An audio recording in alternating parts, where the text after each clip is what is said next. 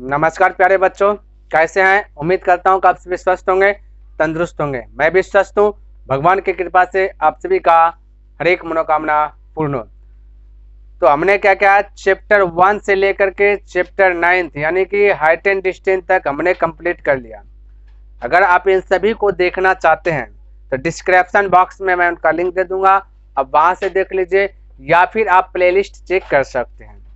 आज के जो चैप्टर में मैं स्टार्ट करूंगा तो वो होगा 10वां चैप्टर यानी कि ब्रीथ।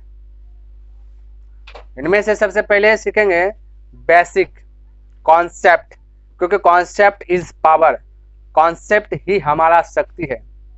और अगर आपके अंदर कॉन्सेप्ट अच्छी प्रकार से क्लियर हो जाता है तो ये चैप्टर आपके लिए जो कि इजी हो जाएगा, हलवा बन जाएगा। जी मेरे भाई, आपने बिल्कुल सही सुना। तो सबसे पहले बेसिक पे चर्चा कर लेता हूं, उसके बाद एक्सरसाइज पे चर्चा करूंगा। तो चैप्टर का नाम ही है ब्रीथ। तो ब्रीथ सर्कल, तो सर्कल के बारे में पहले समझना है। तो देखिए यहाँ पे एक क्या करता हूँ, एक सर्कल बना लेता हूँ, है ना। तो ये है सर्कल, ये है सर्कल, ठीक है। एक ब्रीथ है। आखिर ब्रीथ किसे कहते हैं? जब कोई एक निश्चित बिंदु रहता है यानी केंद्र रहता है ना।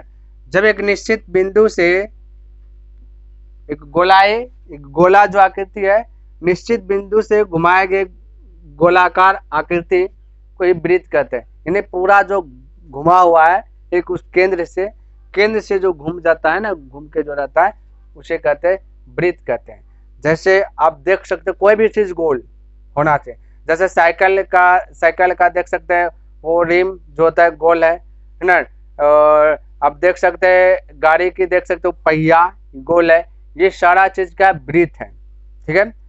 ब्रीथ है, ध्यान में रखना। जो भी चीज गोल है, जैसे कैमरा देख सकते हैं, कैमरा भी आपका सर्कल की तरह है, तो वो भी गोल है, वो भी ब्रीथ है। ब्रीथ में देखते हैं आखिर क्या क्या चीज होता है। बस यहाँ पे हम इस चैप्टर से ही रिलेटेड बातें करेंगे, ठीक है।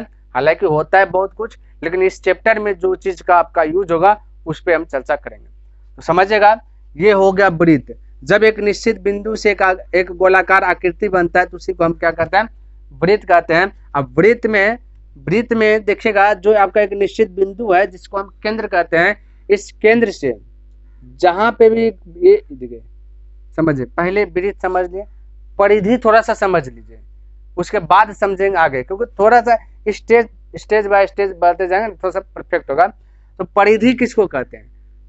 जो गोलाकार आकृति बनने में जो चीज मदद कर रहा है ना, गोलाकार आकृति बनने में जो मदद कर रहा है वही आपका परिधि कहलाता है। जैसे इसको जो ये केंद्र है, ये केंद्र से जो हमने क्या किया, गोला आकृति बना दिया। तो गोला आकृति बनाने में हमारा मदद जो चीज किया ना, वो आपका परिधि है। अब इसको हम क्या करेंगे ना, ये जो गोलाकार आकृति मान लेते हैं इस प्रकार से होगा, एक लकीर की तरह होगा। और इसको हमने क्या किया, मोड़ करके एक सर्कल बना लिया, इसको मोड़ करके एक सर्कल बना लिया, सपोर्ट डेट इस प्रकार से, तो ये ब्रीथ हो जाएगा, है ना। तो ये ब्रीथ हुआ। और जो मोड़े है ना, तो जितना लंबाई तय की है ना, ये आपका परिधि है। ध्यान में रखना, परिधि है। तो ये जो गोल आपका जो बना हुआ, जो आप दिख रहा है लिखा हुआ इस प्रकार से जो घेरा हुआ है, यही आपका परिधि है।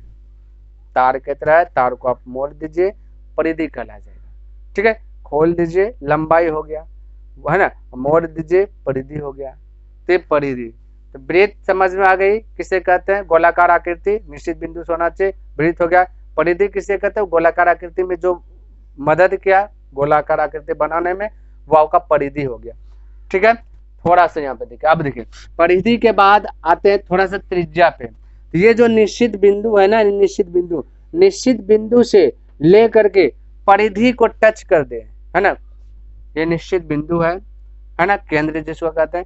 इस केंद्र से जैसे परिधि में टच हुआ कोई भी साइड, वो आपका त्रिज्या कहला जाता है। जैसे यहां से हमने यहाँ टच करा, जैसे मान लेते ये ओ है, ये ए है, तो ए और ओ आपका त्रिज्या है, जिसे हम आर से सूचित कर सकते हैं। उसी प्रकार से अगर हम यहाँ से यहाँ टच करा दे और इसका नाम दे दो बी, तो ये ओ और बी ये आपका त्रिज्या है, ध्यान में रखना। तो जब भी केंद्र से वृत्त की परिधि को टच कर देती है तो वह त्रिज्या कहला जाता है, ठीक है। परिधि को टच करे, केंद्र से एक लकीर परिधि को टच किया तो वो त्रिज्या हो गया। तो आई होप आपको त्रिज्या पता चल गया होगा कि किसे त्रिज्या कहते हैं। अब थोड़ा सा आगे आते हैं, व्यास के बारे में जानते हैं। ठीक है, व्यास आखिर किसे कहते हैं? तो व्यास भाई ये जो आपका यहाँ एक बिंदु से दूरी जो तय की परिधि के लिए है ना, तो ये आपका त्रिज्या कहला गया, आर कहला गया। और इसी बिंदु से इसी को यहाँ पे इस प्रकार से अगर हम सीधा खींच दे तो एक त्रिज्या और हो जाता है, एक त्रिज्या और होता है। टोटल त्रिज्या की बात किया जाए, एक त्रिज्या मिल करके हो जाता है दो त्रिज्या। यही दो त्रिज्याओं का व्यास कहलाता है। यानी कि ये दो त्रिज्या व्यास कहला गया। व्यास को हम डी से सूचित करते हैं। तो डी यानी ये यहां से यहां नाम दे देते, ये दे देते सी नाम। तो एस सी आपका व्यास है।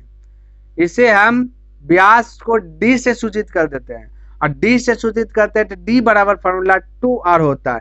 जब भी व्यास बराबर सूत्र पूछे तो 2r बता देना है ना, क्योंकि दो गो आर मिल करके व्यास बना ना। तो व्यास बराबर फॉर्मूला होता है 2r। ऑब्जेक्टिव बताएंगे तो यूज होगा वहां पे, है ना। तो वहां पे मैं बताऊंगा आपको टोटल चीज।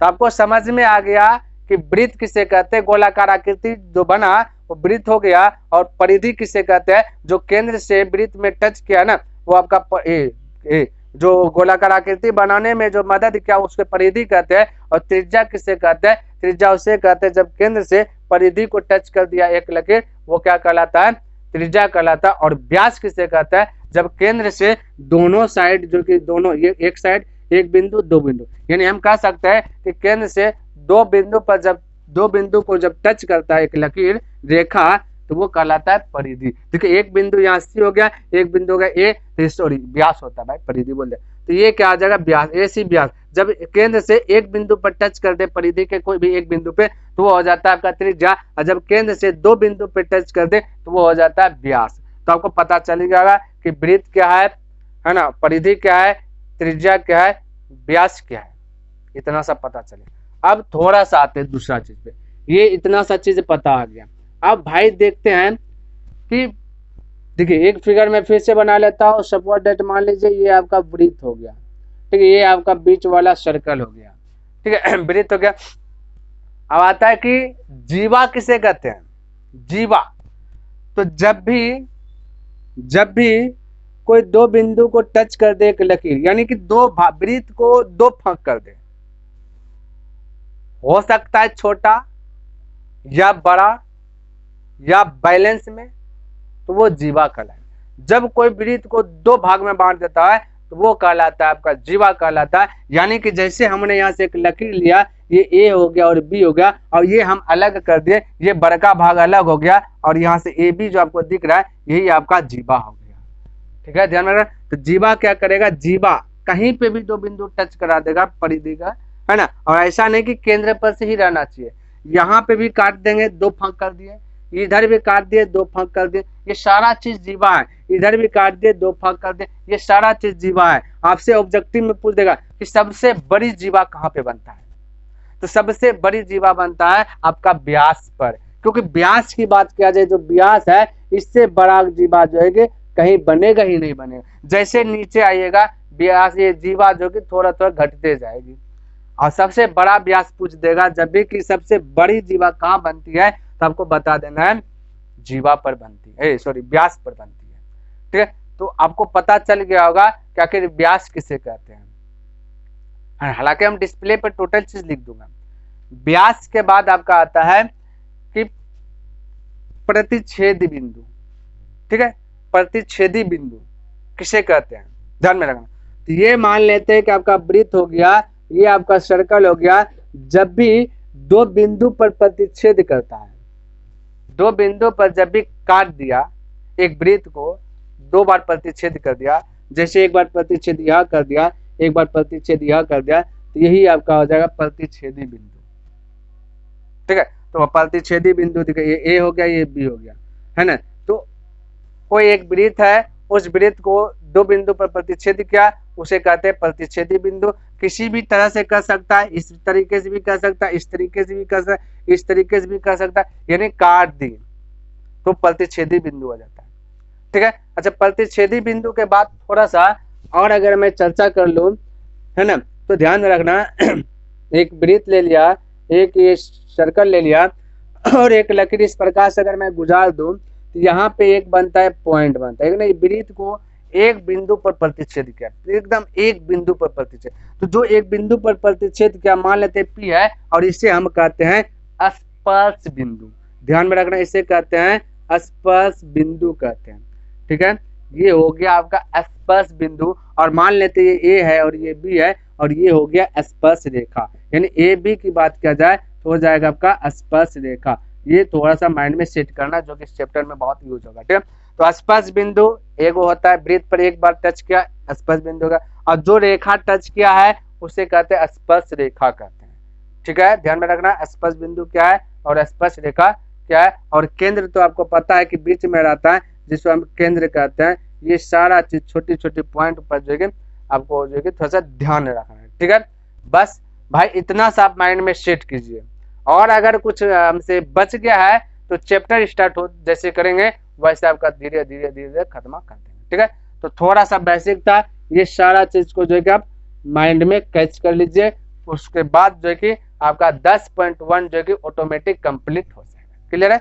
चलिए अब क्या करता हूँ, चैप्टर को देख लेते हैं, और चैप्टर में भी बेसिक है, जो भी छूट गया है वो अब चैप्टर में आपका कवर हो जाएगा, ठीक है। तो देखे 10.1 में क्या कहता है, 10.1 में अगर आपको टोटल चीज पता है, जितना चीज हमने बताया, ये समझिए 10.1 का टोटल सवाल खत्म हो जाएगा। देख लीजिए, नहीं तो पहला क्या कहता है, एक वृत्त की कितनी स्पर्श रेखाएं हो सकती है। चलिए ये भी आपका बेसिक है, समझिए। एक वृत्त बना लेते हैं, ठीक है, पहला का। चलिए थोड़ा सा मैं अच्छा से बनाते जाता हूँ, 1 नंबर का, ठीक है। कहता है कि एक वृत्त की कितनी स्पर्श रेखाएं हो सकती है। चलिए एक वृत्त में बना देता हूँ, ये चलिए एक हमने क्या कर दिया, एक वृत्त बना दिया।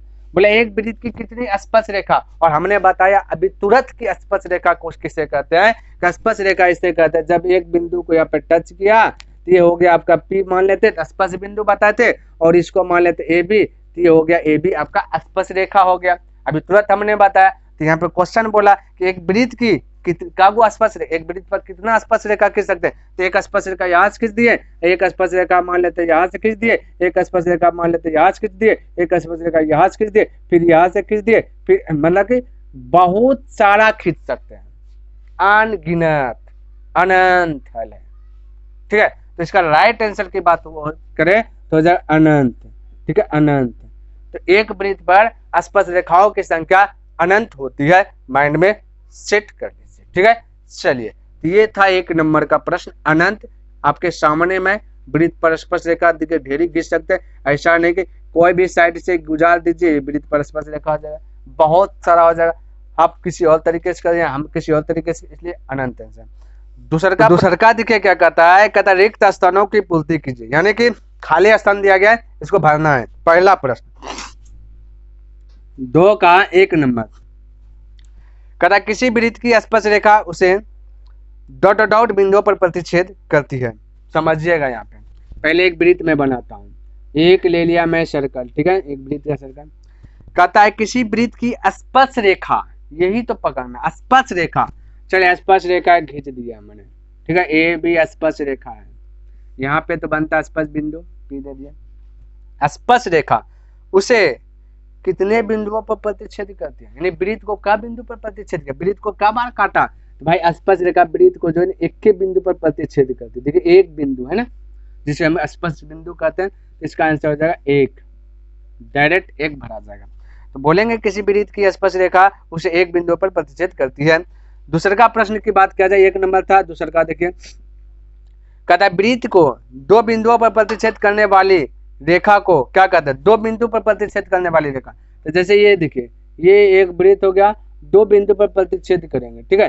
तो हमने बोला था प्रतिच्छेदक रेखा, ठीक है, जैसे कि मान लेते ये ए है, ये बी है, प्रतिच्छेदक रेखा बोले या फिर छेदक रेखा बोले, दोनों एक के होता है। तो 2 बिंदु पर जब भी छेद करेगा तो छेदक रेखा, कौन खत्म, तो छेदक रेखा भरा जाएगी। यानी कि आप बोलिएगा कि वृत्त को 2 बिंदुओं पर प्रतिच्छेद करने वाली रेखा को छेदक रेखा कहते हैं, ठीक है, ध्यान में रखना। देखिए 3 नंबर प्रश्न क्या कहता है, समझिएगा 3 नंबर, ठीक है।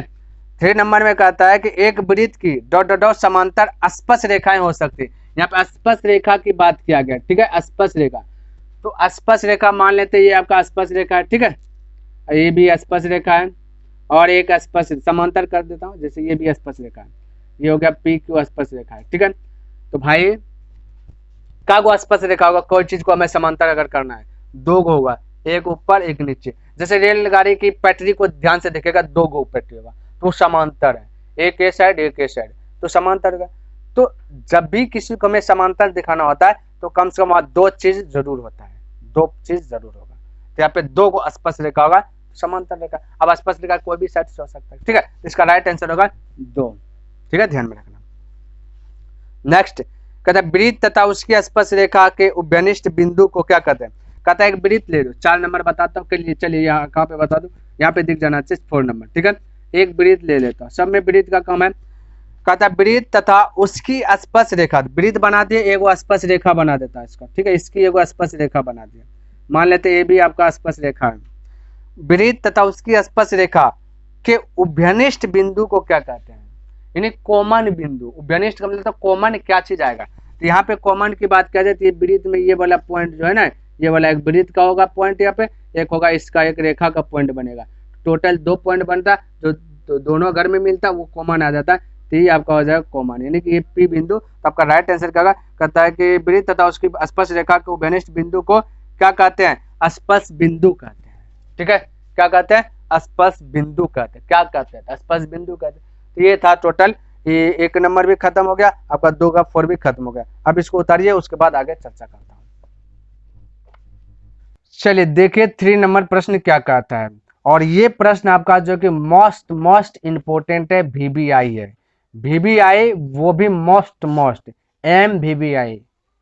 क्यों, क्योंकि ऑब्जेक्टिव भी पूछा जाता है और सब्जेक्टिव भी पूछा जाता है, इसलिए, ठीक है, इसलिए इस प्रश्न पर थोड़ा सा मैं समय लूंगा, और एक प्रश्न अच्छी प्रकार से समझ जाइए, उसके बाद और प्रश्न इस पर आधारित है, वहां आप छक्का छोड़ा दीजिएगा, मैं बोलूंगा आपको, आप जो कि बन जाएगा, क्लियर। और ऑब्जेक्टिव जब बताऊंगा तो उसमें भी मैं बताऊंगा, हालांकि इस चैप्टर का ऑब्जेक्टिव हमने बता दिया, करीब करीब 100 ऑब्जेक्टिव बताए हैं, हाँ, प्ले लिस्ट अगर चेक करते हैं तो आपको मिल जाएगा, ब्रीथ वाला एक चैप्टर होगा, प्ले लिस्ट चेक करके वो भी आप पढ़ सकते हैं। और इसके पहले भी जितना है ना, सारा चीज का भी ऑब्जेक्टिव हमने क्लियर कर दिया, प्ले लिस्ट चेक कीजिए, सारा आपका ऑब्जेक्टिव मिलेगा, टोटल हेडिंग ऊपर में लिखा होगा, आप ऑब्जेक्टिव पढ़ सकते हैं। और हर एक चैप्टर में ऑब्जेक्टिव बताएं, कम से कम 100 टारगेट रखा हूं, 100 ऑब्जेक्टिव का। और नहीं क्या बोलते हैं, त्रिकोणमिति वाला चैप्टर में 200 प्लस ऑब्जेक्टिव बता दिए हैं, ताकि कहीं से ना छूटे, आप वो भी देख सकते हैं। यानी चैप्टर भी खत्म कीजिए, ऑब्जेक्टिव भी खत्म कीजिए, उसके बाद मैथ में देखिए नंबर फुल आ जाएगा आपका। तो समझिए, कहता 5 सेंटीमीटर त्रिज्या वाले एक वृत्त के बिंदु P पर स्पर्श रेखा PQ केंद्र O से जाने वाली एक रेखा से बिंदु Q पर इस प्रकार मिलती है कि OQ बराबर 12 सेंटीमीटर, तो PQ की लंबाई ज्ञात कीजिए। ये तो हमने पढ़ लिया बनाते जैसे हाइट एंड डिस्टेंस बनाए पढ़ करके, वैसे इसको पढ़ करके फिगर को जो कि डायग्राम को बनाने का प्रयास करता हूँ। तो एक वृत्त बोला है, वृत्त उन्होंने खुलासा कर दिया, एक वृत्त है, एक वृत्त है, चलिए एक वृत्त सपोर्ट डेट, इसको मान लीजिए एक वृत्त है, 5 सेंटीमीटर त्रिज्या है इस वृत्त का, चलिए 5 सेंटीमीटर इस वृत्त का त्रिज्या दे दिया, ये भी आप जूम कर लीजिए, 5 सेंटीमीटर है, ठीक है, त्रिज्या है।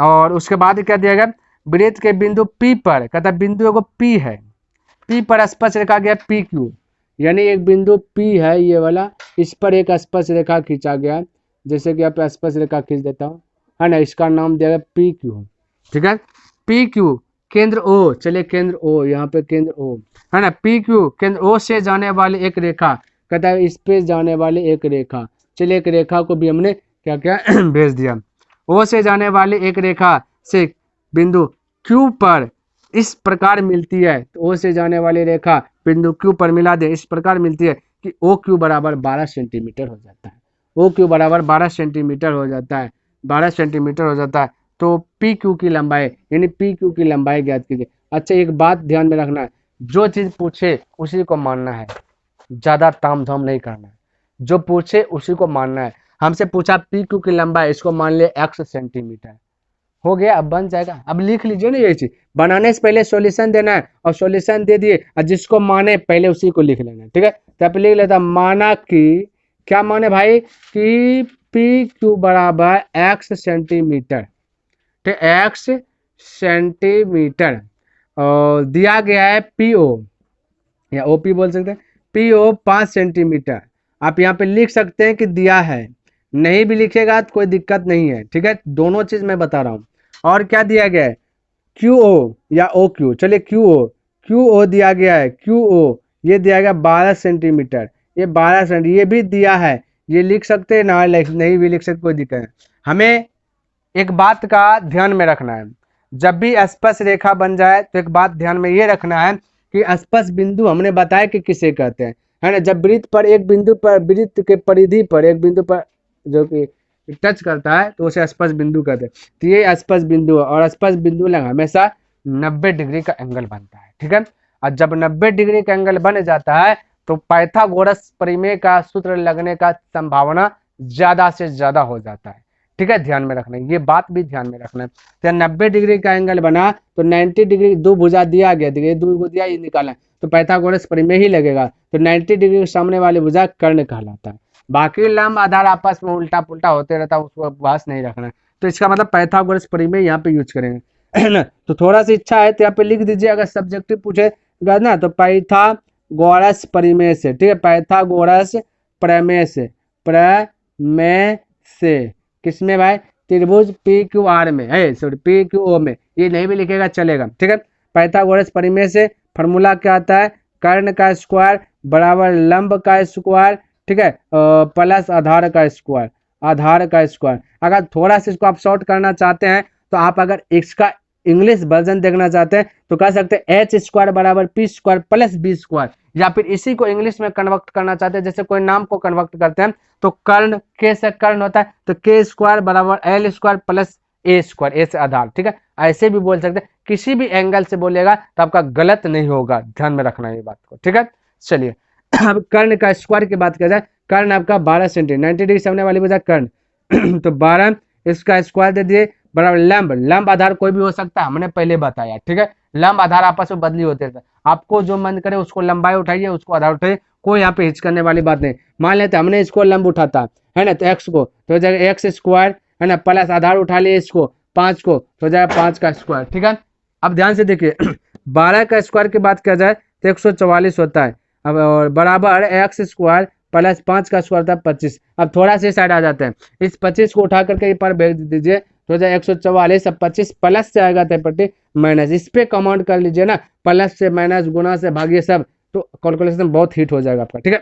तो हो जाएगा -25 बराबर बचेगा एक्स स्क्वायर। अब 144 में से 25 को घटा दीजिए तो हम कह सकते हैं कि 14 में 5 गया तो 9 बचेगा, और यहाँ पे बचा आपका 3 में 2 गया तो 1 बचा, यहाँ बचा 1 और ये बचा एक्स स्क्वायर, स्क्वायर है पट्टी अगर टोपी पहनेगा ये भी माइंड में सेट कर लीजिए, बचेगा एक्स। तो हम बोल सकते हैं कि अतः एक्स बराबर रूट अंदर 119 सेंटीमीटर, यही आपका करेक्ट आंसर हो गया। अब इससे आगे बढ़ेगा नहीं, क्लियर है, उतारिए।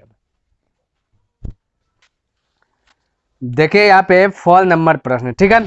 और एक बात बता देना चाहता हूँ कि इस चैप्टर, ये जो वृत्त सर्कल जो आपका चैप्टर है, इस चैप्टर से आपका 5 मार्क्स का भी पूछा जाता है। वो 5 मार्क्स का आपका सिद्ध करने में, जो कि सिद्ध करने परिमेय 10.1 10.2 है, सिद्ध करने वाला प्रश्न, उसमें से एक प्रश्न दे दिया जाता है, ध्यान में रखना। तो थोड़ा सा इस पर भी फोकस करेंगे तो चैप्टर जैसे खत्म हो जाएगा तो सिद्ध करने पर जो आधारित प्रश्न दिया गया है 2 इसमें, वो भी मैं बता दूंगा, ठीक है। तो ध्यान से देखिएगा, समझने का प्रयास कीजिएगा, ठीक है। कहता है कि एक वृत्त खींचिए और एक दी गई रेखा के समांतर 2 ऐसी रेखाएं खींचिए कि उनमें से एक स्पर्श रेखा हो तथा दूसरी छेदक रेखा हो।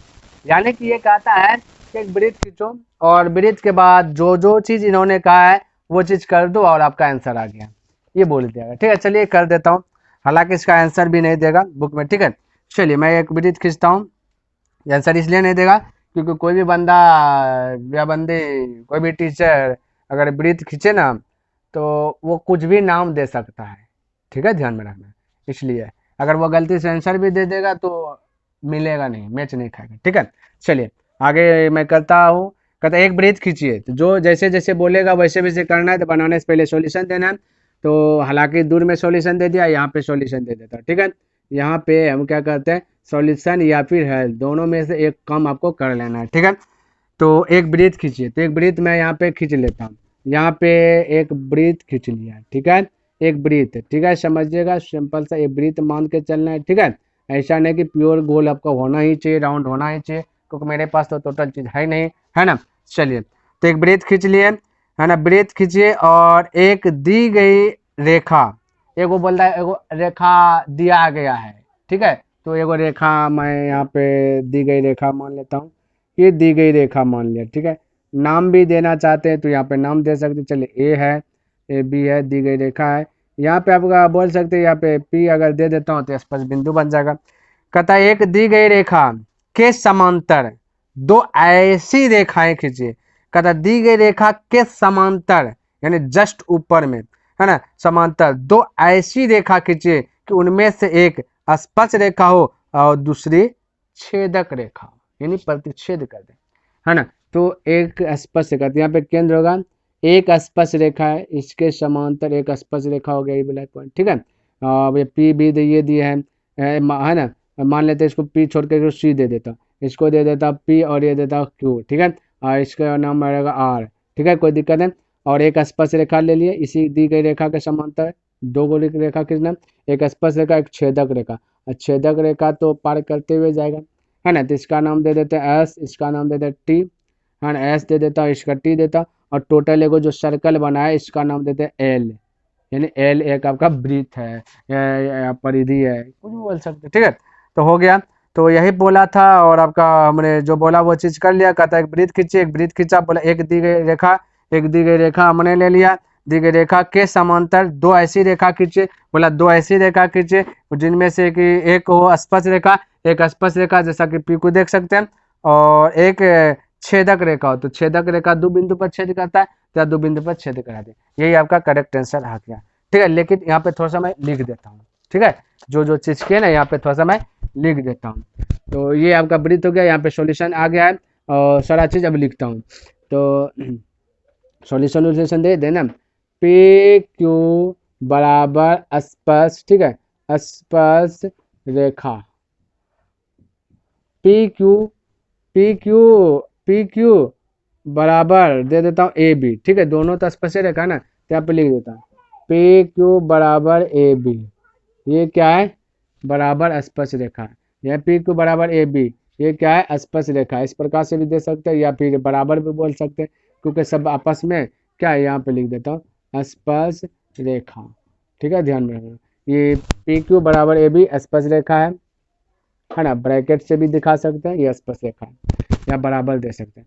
और क्या दिया, एस टी, आर और सी लिख देते हैं, आर और क्या चीज सी, एक क्या है, स्पर्श बिंदु है, ठीक है, स्पर्श बिंदु है, चलिए पूरा डिटेल से लिख देता हूँ। और आपका क्या है, ये केंद्र का भी नाम दीजिएगा, वो केंद्र है एस टी, क्या है एस टी, एक क्या है छेदक रेखा है, ठीक है, छेदक रेखा है, एस टी छेदक रेखा है।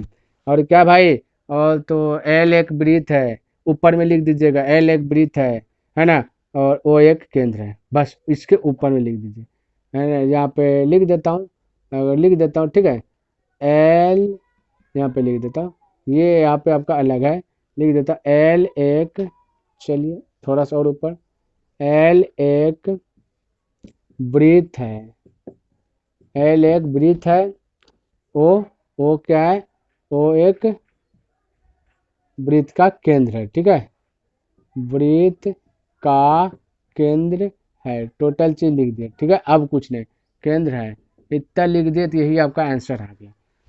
तो साथियों हमने क्या क्या बेसिक बताया, बेसिक पर चर्चा किया, उसके बाद 10.1 में जितना भी प्रश्न था, टोटल प्रश्न को जो कि बहुत अच्छी तरीके से जो कि समझाने का प्रयास किया।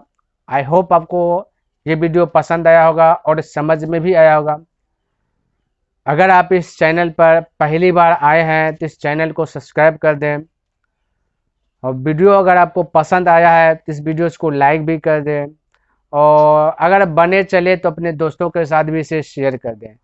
तो मैं इसके आगे नेक्स्ट दिन लेकर के आता हूँ, तब तक के लिए धन्यवाद। जय हिंद, जय भारत।